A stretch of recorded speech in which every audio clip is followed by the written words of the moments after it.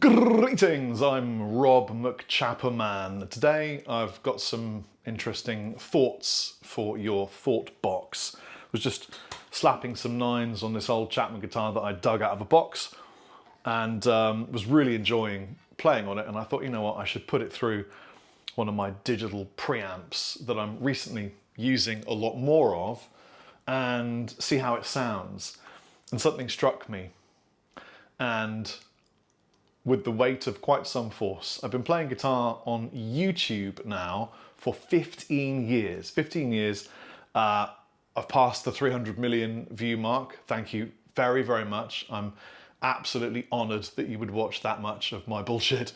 And, you know, I've made over 500 hours of videos, and I was thinking, what are the big take-homes for me over 500 hours of YouTube videos with Cat and Lee or Thomann or even Guitar Center sometimes or just on my own? What's the big take home over 15 years and 500 hours of guitar product demonstration?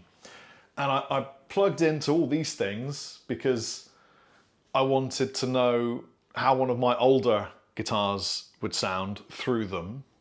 And be honest, I mean, this came out ages ago. It's terrifying. I'm 50 now, and this was like time ago that this guitar came out, and it feels like it was yesterday. Anyway, they all sounded good. All of them. I mean, okay, not that one. That sounded bad. But everything else. Listen, this Amp Academy Stomp, yep, I work with NewX. There's a reason. This sounds incredible. This Atomic amplifier sounds amazing. This built like a brick shit house, as we say in England. This Helix Stomp sounds phenomenal.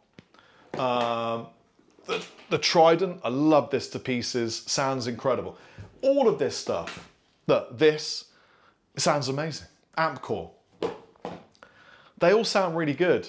If you don't think they do, you haven't learnt how to use them properly is my point of view. More to the fact, if you just tweak the EQ, you'll suddenly find it sounds good.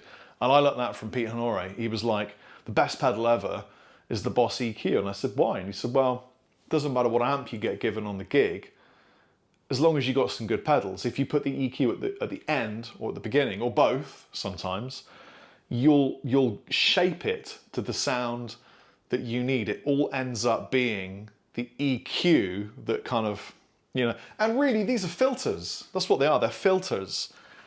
Anyway, I recently, as many of you definitely have done, took a look, just checking I'm recording the audio, I definitely have, took a look at the advertising for the Helix Stadium, and I thought, wow, that's cool, with the built-in backing tracks and stuff. And obviously, you know, being involved with NewX, I've been to China, I've been to the factory, which is unbelievable. It's like they could build iPhones there. And I've seen what's coming, and it's staggeringly good. And it kind of all comes down to the implementation of software.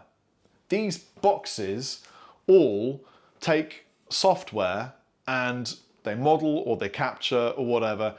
And I don't know if you can remember, a few years back, I did a video with a Kemper at Andertons. And Captain Lee and I think Pete had captured the Victory Silverback, which was, if you're new to this channel, I don't know, was my old signature model with Victory amplifiers from years ago when I launched the brand. It was me, Guthrie, the guys at Victory, and we went poof. And originally, by the way, they were going to call it Olympic amplifiers, but they couldn't because the Olympic Games owns that brand name. You can't even open a fish and chip shop and call it Olympic Chips. They'll sue you. Anyway, I was flabbergasted because I think I have some pretty good ears. I think I've proven that. And I got caught out. This was many, many years ago. And since then, people saw Kemper and thought, okay, shit, we've got competition, this is bad, we need to compete. All of this has come out. And I really think we've got to the point now where it's peak product. It is digital product singularity is what it is. I mean, I'm coming up with that as I say it, but that's really what it is. You know, like the concept of an AI, the singularity, where it jumps into a black hole, reverses itself in time, and then suddenly it makes coffee for everyone, there's world peace, and we all get paid or something. I don't know. The gear doesn't, what it is that the gear doesn't need to be any better. It doesn't need to be any better. It's reached a point where it all sounds as good as the user is able to use it. And I think that's a fact, because I can make all of this, all of this sound to my ears good.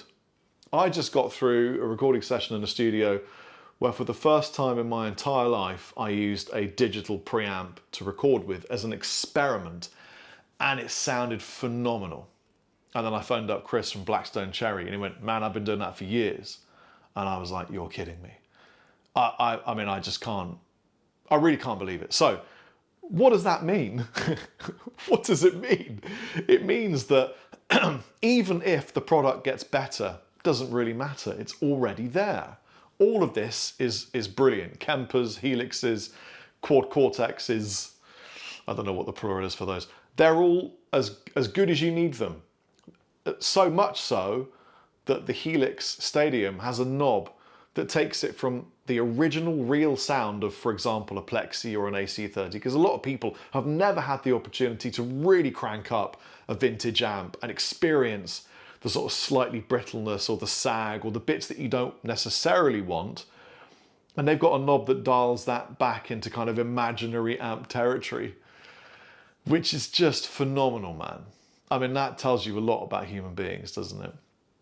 I think this means the focus will shift to the instrument, and I think the focus will shift to the music. It's a massive democratization of tone, because when I was a kid, you could legitimately sound shit, really bad, if you had a small budget and you could only afford rubbish gear.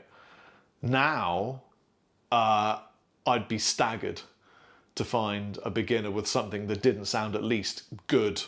You know, I mean, practice amps nowadays can sound great. It staggers me. And what's coming out of China is mind-blowing, absolutely mind-blowing.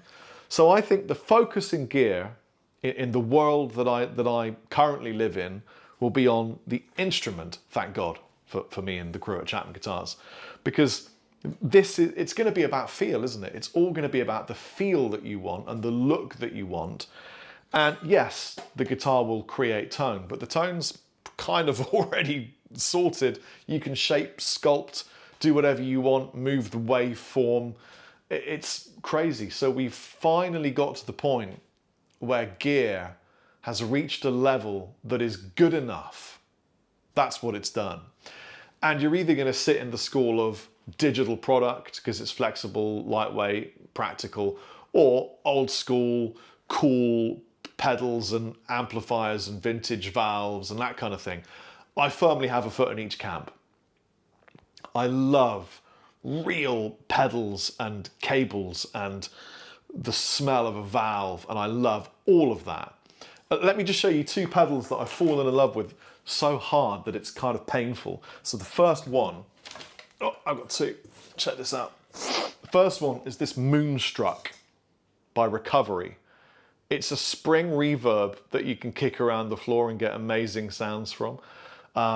Amazing pedal company. These guys are brilliant. They also make an awesome overdrive with a reverb built in, which sounds incredible. But this is really fun because it's something that you can incorporate in such an analog way. I love that about Recovery effects. And then this, from Chase Bliss, is every kind of amp, gain, overdrive, distortion pedal that you want, and you can sculpt it and it moves the faders as you press the buttons. I've reviewed this before too. Chase Bliss, phenomenal pedals, really creative, love that world. So my question to you is, where do you sit in this planet? Does this mean that the world of gear demonstrations and reviews will disappear because it's all just kind of done now? Will the focus shift into the social aspect, the creative music aspect, that kind of thing? Should I start a podcast and just chat with musicians and friends about music creation and hanging out bro barbecues and stuff? Is that the future of Rob Chapman? I don't know, but we've definitely come to guitar gear product, digital product, Singularity. I'm Rob Chapman, take it easy. Chappers out. Bleep blop, bleep blop, bleep bleep blop.